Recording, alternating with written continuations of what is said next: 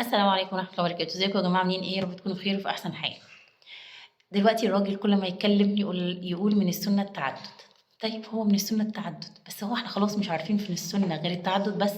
طيب احنا عارفين بقى يا اللي بنقول الكلام ده، عارفين سنة الرسول عليه الصلاة والسلام وازاي كان بيتعامل مع زوجاته، وهو قدوتنا صلى الله عليه وسلم. ولازم الإنسان يكون له قدوة كده، يعمل زي ما كانت بتعمل ويشوف هل ساعتها الحياة هتبقى عاملة ازاي.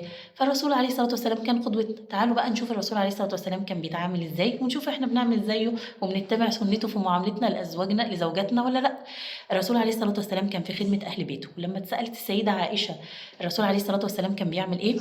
قالت إن هي كانت في خدمة، قالت كده بالظبط، كان في خدمة أهله، فإذا حضرت الصلاة خرج إليها. طب كان بيعمل إيه الرسول عليه الصلاة والسلام؟ كان بيخيط ثوبه ويخصف نعله وبيعمل ما يعمله الرجال في بيوتهم. تمام. يعني الرسول عليه الصلاة والسلام كان بيخدم نفسه وبيخدم كمان أهل بيته. يعني والله ده مش هيقلل من رجولتك في أي شيء لو أنت ساعدت مراتك وعملت لنفسك أي حاجة أنت تقدر في البيت تقدر تعملها لنفسك من غير ما تنادي عليها إن هي تعملها لك. فده مش هينقص من رجولتك في أي حاجة. وإنك تساعدها لما تبقى شايف إن هي محتاجة مساعدة وتيجي على نفسك شوية، فده مش هيقلل من رجولتك في أي حاجة. مش بنقول شيل البيت كله معاها أو اخدم نفسك، بس ساعدها عشان تخفف عنها شوية، عشان ما تبقاش مضغوطة طول الوقت وتقدر تديك حقوقك. تمام. الرسول عليه الصلاة والسلام كان بيحرص على مؤانسة زوجاته، وكان بيمر عليهم كلهم لغاية لما يوصل اليوم عليها في المبيت كان بيبات عندها. فكان بيحرص جدا إن هو يأنسهم ويطمن عليهم. تمام. الرسول عليه الصلاة والسلام كان بيصرح لزوجاته بالحب. لما اتسأل صلى الله عليه وسلم مين أحب الناس ليك، قال عائشة. قال عائشة كده عادي، وقال قدام الرجالة كده عادي من غير أي كسوف. وفي رجالة ما بتقولش لمراتها حتى بينها وبينها كلمة بحبك أو كلمة كويسة، أو إن هو يعني يعبر لها عن حبه.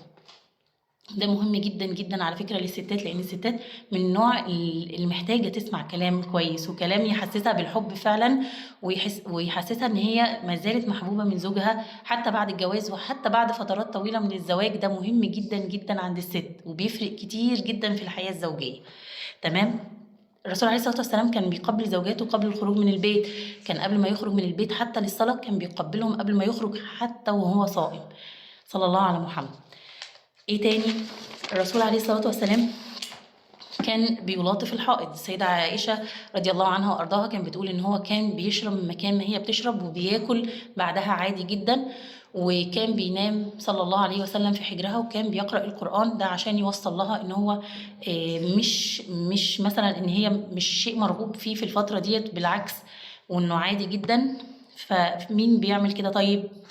الرسول عليه الصلاة والسلام كان بيراعي جدا مشاعر زوجاته، كان بيعرف إذا كان هما فعلا في حاجة مزعلاهم ولا لأ. كان بيقول للسيدة عائشة أنا ببقى عارف إمتى بتكوني عني راضية وإمتى بتكوني عني غضبانة.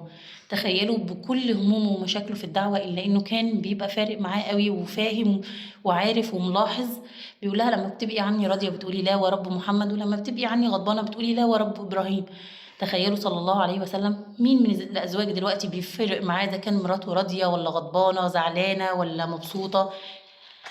الرسول عليه الصلاة والسلام كان بيحس الأزواج على مضاحكة زوجاتهم ومداعبتهم. ولما سيدنا جابر تزوج قال له هل جارية تلاعبها وتلاعبك أو تضاحكها وتضاحكك. معنى كده إن الملاعبة والمضاحكة ديت بين الزوجين مهمة جدا، لأنها بتملى القلب سرور وبتخلي الحياة الزوجية فيها مرح وبيحصل فيه ألفة ومودة بين الأزواج. فالراجل بيدخل البيت مكشر وجايب هموم الدنيا كلها معاه في البيت.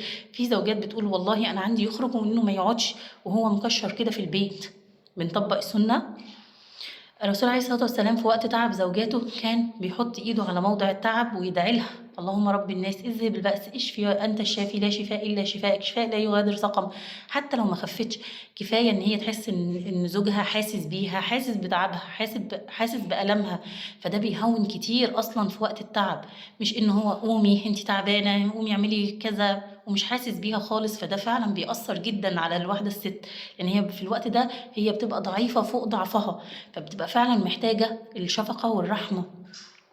ده سنة الرسول عليه الصلاة والسلام في معاملته مع زوجاته مثلا وقت التعب. كان الرسول عليه الصلاة والسلام لين في تعامله مع زوجاته.